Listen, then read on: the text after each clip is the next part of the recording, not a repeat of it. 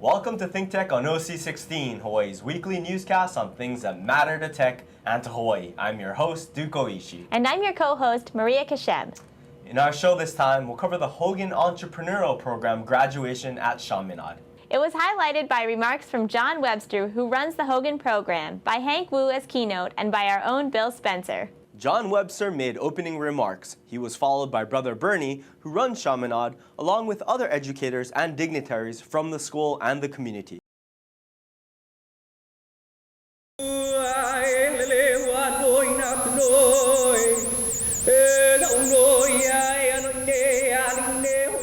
Thank you, Ikaika.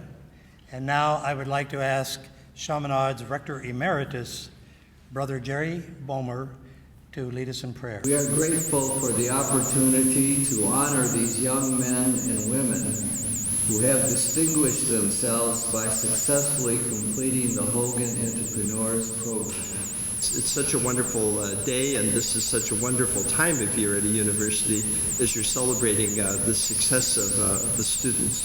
We're very proud of you and very proud of the many ways that you've given back even before you graduated. We're dedicated to the idea that our mission is one of challenging and educating our students in every dimension. We consider ourselves successful when these graduates from all areas of study return to their communities better prepared to play a constructive role, better equipped for leadership and wholehearted commitment to the common good. The program's tagline is a great summary: doing social things that make business sense and business things that make social sense. The Hogan program is unique in Hawaii and encourages Chaminade students to apply their entrepreneurial passion and academic achievement to contribute to their community. It has been in existence for 12 years thanks to the support of the Hogan Family Foundation. The program's motto is, doing business things that make social sense and doing social things that make business sense. Then we heard from Dr. Hank Wu, CEO of Sky Ventures and the keynote speaker for the program, recounting the lessons he had learned about entrepreneurship in his career. It is my pleasure to introduce as our keynote speaker a man who has been doing just that, and in ways which have earned wide respect throughout the country. So when I walked in this morning, I realized I have a lot of friends in the audience here, so it's really nice to see you. In fact, I go to Zumba class 4 times a week, and my Zumba professor, in fact, is a Hogan Fellow. Susie, raise your hand, where are you?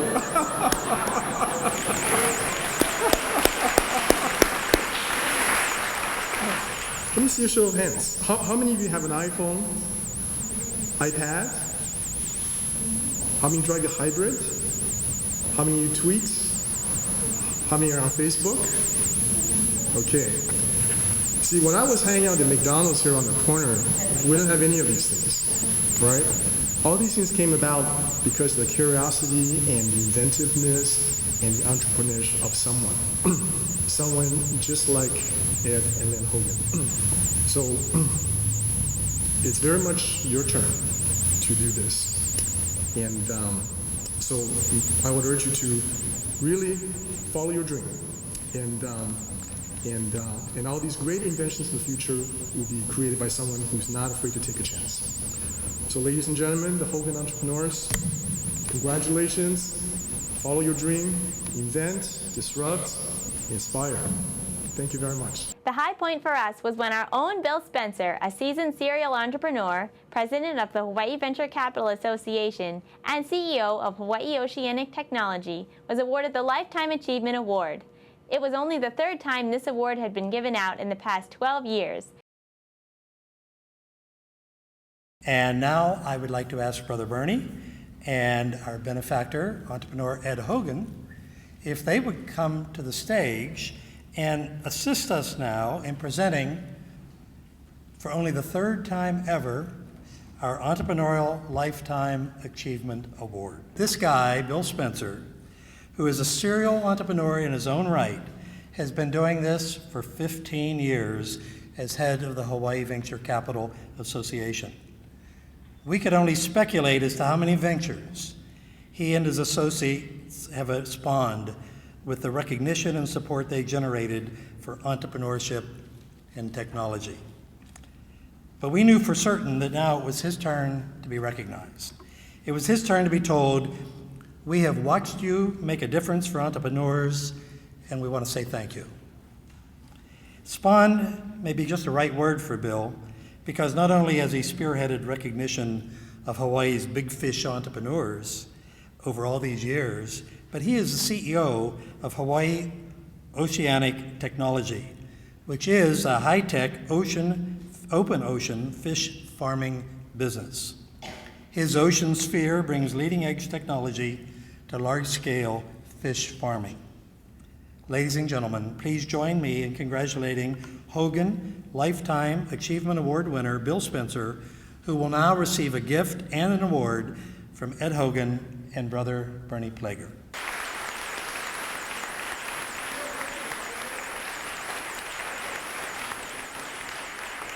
I love entrepreneurs and I love entrepreneurship. And I've been helping entrepreneurs in Hawaii for the last 18 years or so. And I've been an entrepreneur since I stopped getting an allowance at age 7. You know, for the most part, our education system, starting from elementary school on, is all about preparing young people to go to college and to get a good job. But if you're a parent and you want your child to have the most out of life, you really have to help them by denying them an allowance. Because that way, when they're ready to go to college, if they've been touched by entrepreneurship, they'll have a much better idea of how to prepare themselves to be part of the world. You know, entrepreneurship is a life option that young people need to be exposed to at the earliest age possible. They've got to understand that it's an important part of how the world works. Innovation, creative disruption, economic expansion. This is how society evolves and improves. Well, the Hogan Entrepreneurial Program really endeavors to teach young people that they can create their own opportunities and create opportunities for others. And that's a wonderful mission. Since I took the helm at the Hawaii Venture Capital Association in 1999, my main goal has been to create an entrepreneurial ecosystem that brings together investors, entrepreneurs, and business service providers to help grow and diversify our economy. I first came to Hawaii in the mid-'80s when George Oishi was governor, and he recognized at that time that a strong technology and innovation sector was key to diversifying our economy. And I was inspired by that and joined them in that mission to promote that goal. But it's been tough. Back then, economists used to say, "Oh, technology will never be more than 3% of the economy." More than 30 students in the Hogan Entrepreneurial Program received their diplomas and had a chance to make comments. It was great to see their energy and commitment to entrepreneurship and the community. Then a new group of students was inducted to start their training in this great and important program. And this year's winner of the Outstanding Senior Award goes to Ms. Matilda Cruz, an international business major.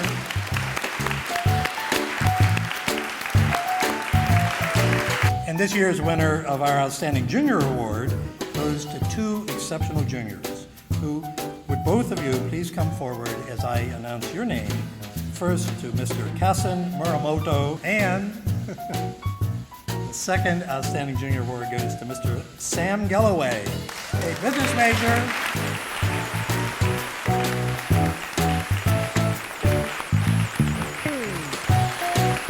The next award will be called the Community Service Award, and it goes to the Hogan student who most clearly personified the program's objectives to service, learning, and community involvement.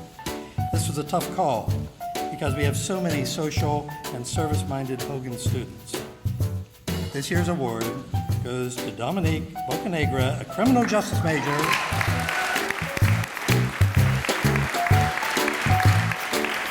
Our next award, the Aloha Spirit Award, goes to the individuals who most represent the important principles of the program by fostering goodwill within the group and by his or her independent leadership initiatives throughout the year.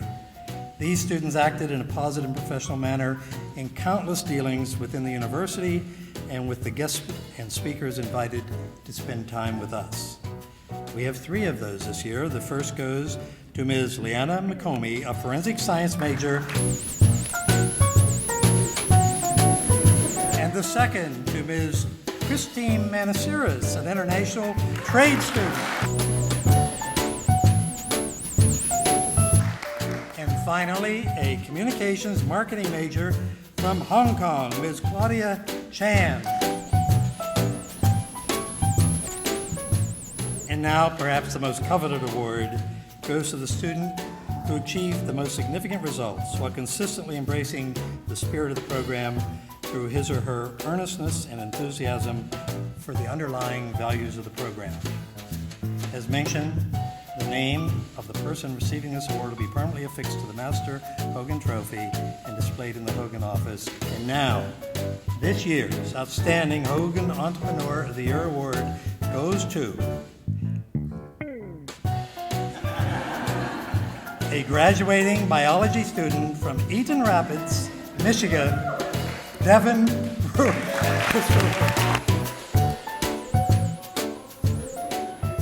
And now I have the pleasure of presenting the entire class of Hogan Entrepreneurs, all award winners, as they come forward to receive their achievement certificates and a modest memento from our president, Brother Bernie Ploeger, and assistant to the Hogan director, Ginger Miller.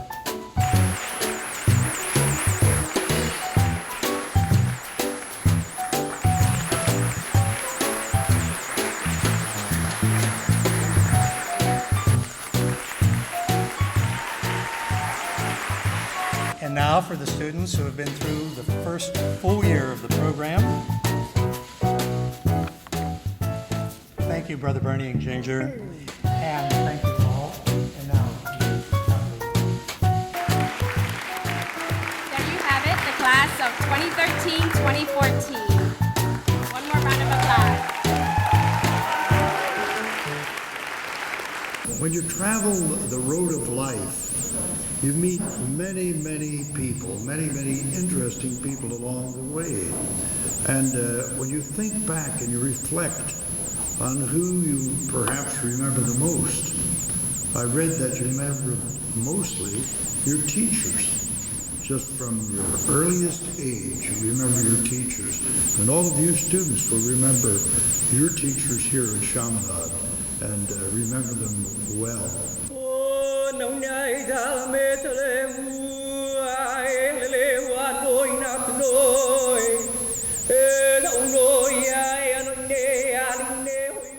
The program has become a beacon for entrepreneurship in Hawaii and builds great graduates for Chaminade and the communities these kids come from.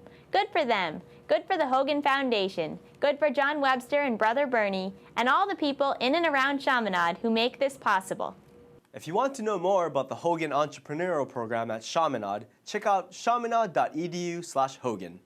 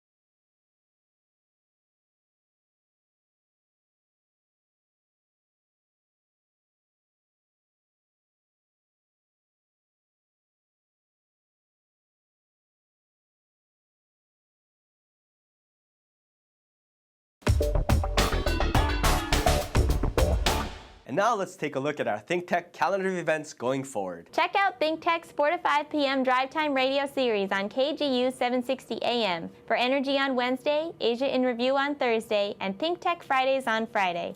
We also stream all our radio and talk shows live on the internet from 2 to 3 and 4 to 5 p.m. every weekday. Visit thinktechhawaii.com for our live stream and YouTube links. Raise your awareness on ThinkTech Hawaii. On Thursday, June 27th, the Hawaii Venture Capital Association and ThinkTech will present a luncheon panel program at the Plaza Club entitled Healthcare in Hawaii. If you think it's expensive now, wait till you see what happens. The program will be moderated by Virginia Pressler of Hawaii Pacific Health. You can sign up for these programs on hvca.org. And now here's Bill Spencer, president of the Hawaii Venture Capital Association, with this week's Spensation. Well, you know, there's a recurrent theme. It started in the first Obama administration, and it's now coming back in the second Obama administration. It's the idea that some people in Congress, mostly Republicans, I think, don't want to give him any room. They don't want him to be president. They want to disempower him as president. And this has a huge effect on the government, the image of the government in the eyes of the people, and the image of the country in the eyes of other countries. This is not a good thing. Yeah, it's very frustrating. We've already seen for the first, 10 months of his tenure, of his new term, an overt attempt by the Congress to just not give him anything. Even the head of the Senate Republicans said to their troops, "We are not going to let this president have any wins." And so it doesn't matter whether the initiative is a good initiative or not. It's any initiative. They're going to stop him on any initiative, meaning that if he has a good initiative that helps the country, they're going to stop him on that too. Yeah, like the gun control issue, which wasn't really gun control. It was all about background checks. The Republicans in the House repealed Obamacare again last week. Now there are 3 scandals that keep getting beaten and beaten and beaten, and just to the point of absurdity. Things that are happening in the bowels of the government that are here. He's getting the heat for, as if he was telling low-level IRS agents in Ohio to go after the Tea Party. The Benghazi thing they just won't let go of. And it just doesn't make sense. And it seems to be that the Congress has just totally confused their mission in life, which is to, get our country managed properly, to work together with the administration to accomplish important tasks like infrastructure, reconstruction, and things like that. But it's just not happening. We're just going to see 3 more years of nothing. And the thing that frustrates me even more is that, the people don't care. They're ambivalent. They're not voting. I mean, we had incredibly low turnout this last election, and we're coming up on another congressional re-election cycle. One of my heroes during the Watergate saga, Bob Woodward, actually came out and did a whole treatise on how the word crafting of the message after the Benghazi attacks was comparable to the same kind of word crafting Nixon did when he was editing the Watergate tapes. I mean, that's a ridiculous comparison. There is no basis for a comparison like that. Watergate was about abuse of power at the highest levels. Payments to people to do illegal things and stay quiet about it. And the president was involved up to his eyeballs. Here's a situation where the State Department and the CIA are just trying to, make a statement that doesn't overstate what happened when they really didn't know what happened. And now Woodward's claiming it to be, this is word crafting and it shouldn't happen. I mean, who doesn't word craft what they say in public? But it's worse than that, because the press capitalizes on it sort of on a cumulative basis, and so it's a snowball. Each one seems to get more traction and get worse than the others, and ultimately I think the president loses his power as president. As I said before, in the eyes of the people, in the eyes of the government, in the eyes of governments elsewhere. We shoot our own self in the foot this way. The power of the office is diminished, but then in so doing, we diminish the power of the country. Yeah, in the eyes of the world. It's a terrible problem. Yeah. Some say this is a a turning point for the country, that we are going down a slippery slope by losing touch with our own government, losing touch with the oath of office, losing touch with the constitutional arrangement by which the majority rules. If we elect a man the president, we have to give him the powers of the presidency, not try to unelect him every single day of his term. That's what's happening, Bill. It sure seems that way. Yeah. I hope this resolves, but it sounds like it's getting worse, not better. Well, it's going to be helpful if in this upcoming election people don't, stick their heads in the sand, and that it actually, we have a turnout that can shift the balance in the Congress, so we have an alignment between Congress and the executive office and can get some things done. Thank you, Bill. Thank you. Bringing happy news yet still again.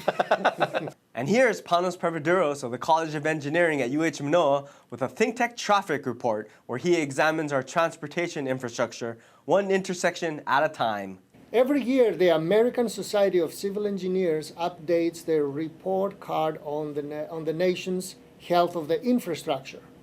And then it collects, of course, in order to do that, it collects information from every state and they aggregated it. In another program, we talked about the overall picture about the nation, and the nation got a D+. However, they create summaries, not grades, for every state. And I have in front of me, of course, the situation for the state of Hawaii. So I'm going to read a few of their more important findings about Hawaii.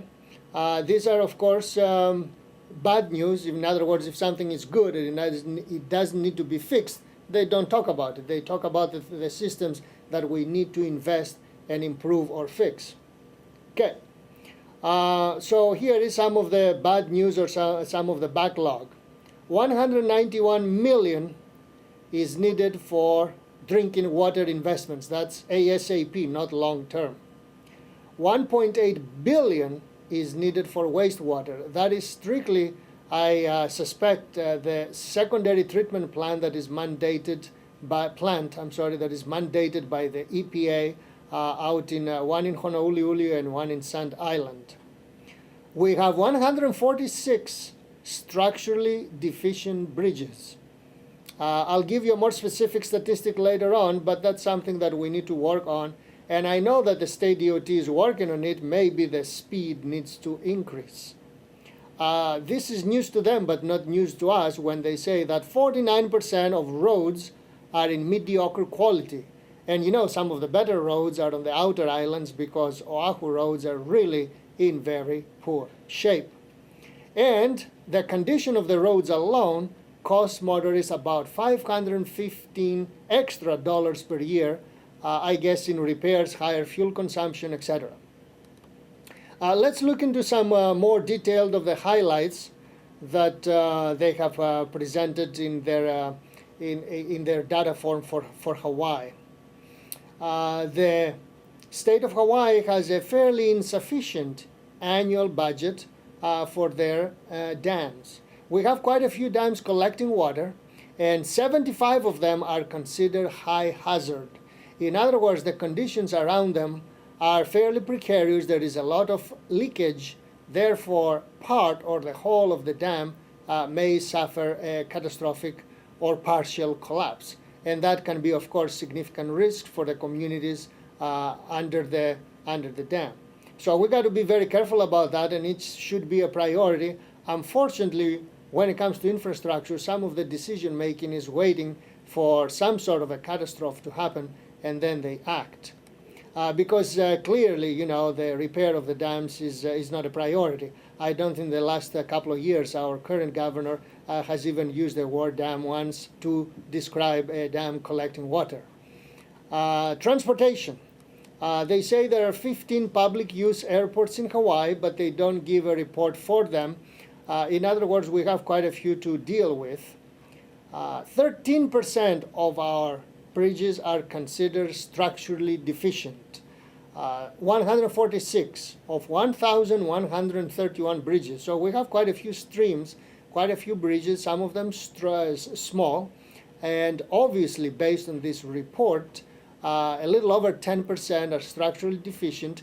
It doesn't make them immediately dangerous, but they need to be addressed because traffic is getting heavier and heavier. Heavier, I mean more volume, and heavier vehicles because trucks and buses are getting quite bigger and heavier. So they're putting an extra toll on the bridges.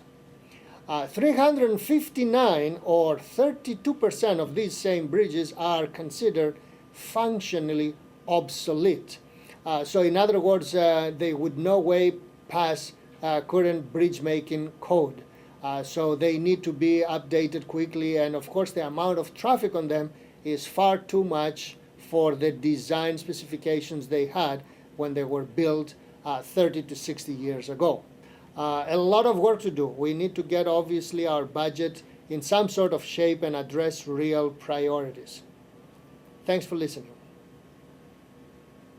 We'll be right back to wrap up this week's edition of ThinkTech. But first, we want to thank our underwriters.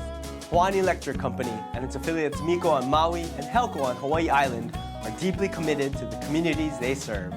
Galen Ho is a senior executive of BAE Systems, a global defense, security, and aerospace company, and CEO of CBI Polymers, a tech company in Hawaii. The High Tech Development Corporation, the state's leading technology agency, attached to the Department of Business, Economic Development, and Tourism. Castle and Cook, Hawaii, with a time-honored legacy that spans more than 160 years and revolves around its mission of investing in Hawaii, creating communities, and providing for the needs of our state. Hawaii Gas, formerly the Gas Company, a proponent of the Liquefied Natural Gas Initiative, helping Hawaii achieve its transition to clean energy and a better energy future. Collateral Analytics, a Hawaii-based tech company empowering the real estate industry with greater and faster access to the tools and data they need to make better informed property investment decisions.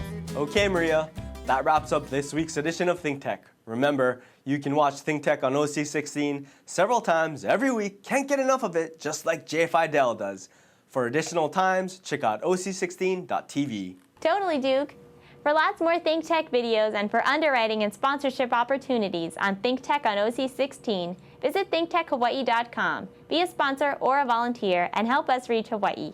I'm Duke Oishi. Thanks so much for joining us on ThinkTech. You can watch this show throughout the week and tune in next Sunday evening for our next important weekly episode. Aloha, everyone. I'm Maria Kashem. See you next time. My name is DJ, and ThinkTech is phenomenal.